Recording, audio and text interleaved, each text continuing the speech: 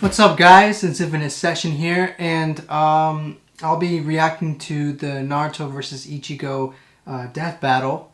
In my previous video I gave out some, or at least my overall, analysis and thoughts and opinions based on, reading and watching both series to the end completely. I'm actually a huge fan of both Naruto and Ichigo, and so I kind of don't really mind who wins, but in the video I explained that I would think Naruto would win based on what I've read from both series. So here we go. Let's do this.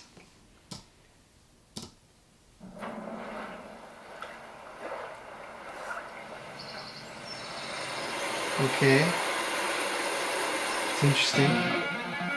What's that energy? Is that a hollow? Naruto, I sense a presence. Naruto, wake up.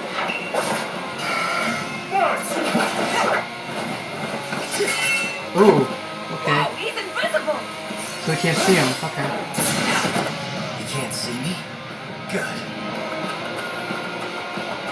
Alright.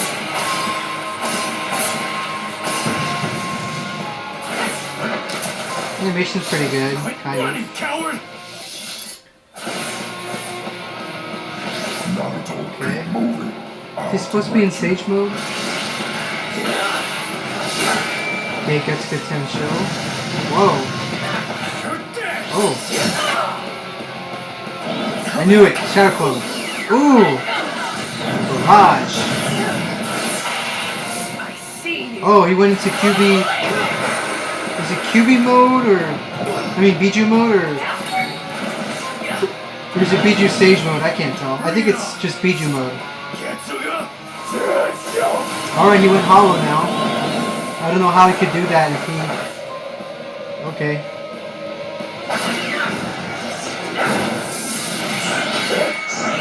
Okay, he's using his arms, alright. Okay. Oh, sexy jutsu. What? Ichigo, what are you, like, gay or something? What the heck? Oh! Oh my god, he's using his final Bankai! Oh my god, that's awesome! Getsuga Tensho and Grand Reisero! Oh my god! Oh my god! Oh, Kurama blocked it! Oh, okay.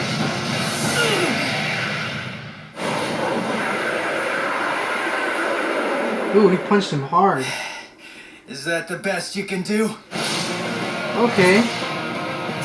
Whoa. What the? What? Mugetsu, what the crap?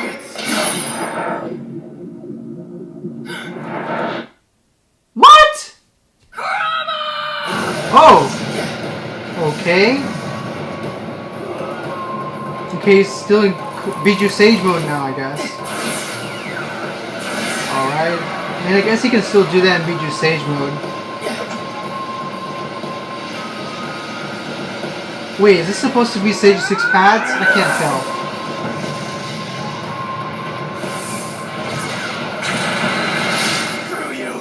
Oh my god. Oh, he's... Oh my god. Whoa! Man. Who was that guy? Jeez. That was overkill. Damn, even without his powers, Ichigo never gave Dang. up. What a badass. Sorry, Bleach fans. I know you all really wanted to win, but unfortunately, this wasn't it. Naruto had better training, a broader arsenal, and True. a better healing factor. And Ichigo's invisible ghost buddy didn't really matter. Shinigami may be invisible, but they're still present in the physical realm and can be touched by normal people. Hey, I said that in my video. Individuals I explained by that. Sensing their emotions, and Naruto's even seen his own soul before. And he with did? Six Paths power, he could see and fight Madara's. They were on a totally separate plane of existence. Also keep in mind that while chakra and reishi have fairly different uses, they both contain spiritual energy. Let's talk speed. Naruto can dodge light speed attacks and can move faster than lightning. A lightning bolt's return stroke is 220 million miles per hour, about 1/3 the speed of light. Ichigo has also displayed lightning fast speeds, and even greater. Near the end of the series, Ichigo took a trip that should have taken 7 days, but instead took 9 hours and 15 minutes. It's likely Kirigi here was referencing his accomplice's speed. Like Ichibei, who can knock his foes 2,440 miles away and appear next to him in a second. Yuachi guy beat him by going twice as fast, so we'll use that as Ichibei's limit. With that, we can get the trip's total distance and conclude Ichigo's top speed is 319 million miles per hour. That's massively hypersonic, but not quite light speed. Still, there's a difference between travel speed and reaction speed, as Naruto's already shown. Comparing them directly, Ichigo's best reaction should clock in at around 970 million miles per hour, 40% faster than light speed and Naruto's reaction time. Alright, point for Ichigo. Speed alone wasn't enough, though, especially since Naruto's Sage powers gave him superb field awareness, making it difficult for Ichigo to land a fatal blow. If he could even land something fatal at all. Ichigo has always had a tough time damaging foes who have stronger spiritual energy than him. With that said, let's compare his Ryatsu to Naruto's chakra. Bad news is, across both of them, the only multiplier we know for sure is Ichigo's times 10 Bankai. The times 10 is difficult to achieve, but for Ichigo's sake, let's assume he gets the maximum possible boost from every transformation. His other forms likely don't boost his stats this much. For example, when he used his Hollow Mask to barely overpower an Arankar, the situation and its results were similar to his then comparable Shinigami friends releasing their limiters, which gave each of them a boost of times 5. However, let's give the benefit of the doubt and apply the maximum times 10 increase to all of Ichigo's forms that clearly increased his fighting potential, as well as stack them even though many forms were in separate unconnected power sets. For the sake of argument, we're deliberately overestimating Ichigo's power. You'll see what. So here's our formula. So they're overestimating it? Okay, Bankai Ichigo with his Hollow Mask was on par with Ukiyora's first transformation, correct? Okay. Well, nearly. Ukiora states his new form can destroy the city of Las Noches in the hollow world of Huecomundo. What's that, like Mexican hell? Well, there is a wall. Ha-ha!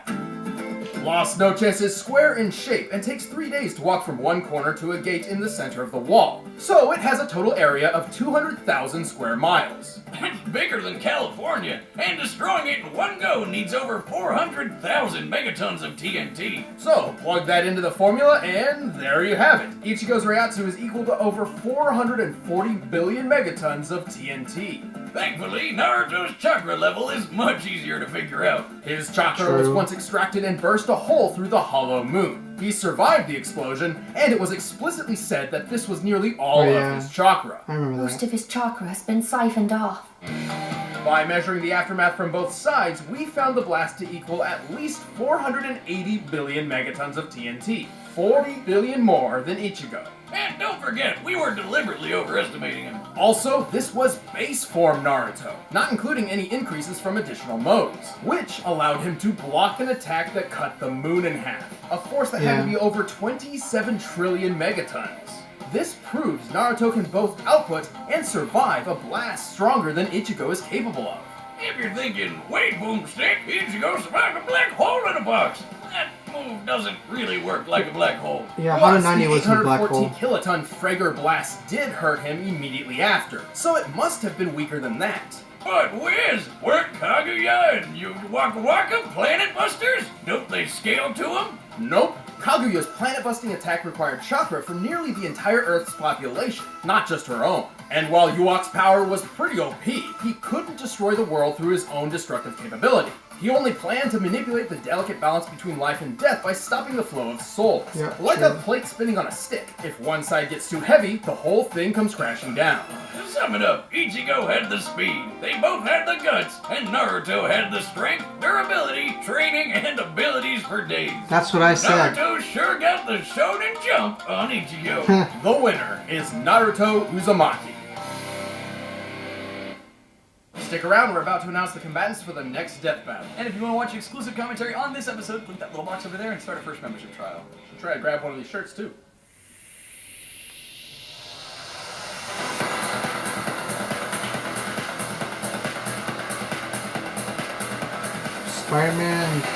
Spider-Man and Batman, I knew it. Okay, so the fight was fun. It was definitely fun, but I would have to say it was really really iffy in my opinion. Especially the final Getsuga Tensho Ichigo part. I have no idea why they used that. That was kind of a cop-out in my opinion. And not only that, they only used Biju mode Naruto. They didn't use any other forms, which was also strange. But I guess maybe they didn't have the sprites to use them. But then again, still, and I think Naruto still would have won either way. But I feel like there was like seriously no reason to use Final Getsuga Tensho Ichigo at all. So yeah, I mean that was. I feel like that they messed up on that part, big time. But nonetheless, what they did explain after the video, after announcing the winner, yeah, the explanation made somewhat sense, and they even said they were highballing Ichigo, which I guess, I mean, you kind of have to in a way, because, you know, power scaling for Bleach is kind of hard, because we have like serious lack of feats and you know, overall visual angles of showing how big his attacks are, and you know what, or how big his, you know, his abilities can be. We never saw that that extent of his, or you know, the extent of his powers. We only saw just bits and pieces, and from what I remember in the video, I mean not in the video, in the manga, it wasn't that much. Yeah, and not to mention Yawak was also he actually, yeah, he broke Ichigo's Bankai almost immediately, or not almost immediately, but he still broke it quite easily right after Ichigo activated it. And okay, so for people who say that Ichigo is just as powerful as Yawak, I mean, even Death Battle or Screwattack explained that Yawak couldn't really destroy the planet in all the three worlds himself. He had to use, you know, he had to in order to destroy all of them, he had to make one in, you know, he needed to mess with the balance of all three realms, and then once you do that, you know, all of them collapse, which is true. And another thing that I want to say is that people who highball Ichigo and say he's as strong as Yawak, and they say, and you guys, or they say that you know, Yawak was scared of Ichigo's Bankai power. The only reason, and this is just me, but you guys can take it either way on that, but the only reason I think he was afraid of that is because he had hollow powers, and we all know the weakness of Quincy's are hollows, and you know, it kind of goes in a circle. So let's start for Soul Reapers. Soul Reapers, the weakness for Soul Reapers is a Quincy. The weakness for a Quincy is a hollow, and the weakness for a hollow is a Soul Reaper. So you see, it kind of goes, you know, either way. It doesn't matter. You can say it. So for example, a hollow is stronger than, or not stronger, but you know, is the weakness of a Quincy, and a Quincy is the weakness of a Soul Reaper, and a Soul Reaper is the weakness of a hollow. That's pretty much how it works in Bleach, if you know, pay attention to the manga and see. So yeah, I mean, that's probably, in my opinion, that's mostly why Yawak found Ichigo's Bankai kind of terrifying. He had his weakness with the hollow power, or the hollow Bankai, or being controlled. So and then after he got hit with the arrow, Yawak at least, when he got hit with the arrow, all his powers were nullified, so he lost his immortality, he lost the ability of Almighty, and therefore anybody at that point could have killed him. Anybody, like literally, even Uryu could have killed him. Like, it didn't require much to kill someone who had all his powers completely nullified. So yeah, I mean, that's my thoughts and opinions. That's my thought and opinion on the whole fight. You can watch my previous video to kind of see me debunk some claims that actually even screwattack also mentioned. For example, spiritual beings being able to be touched by humans, that's possible. We've seen it several times in the manga.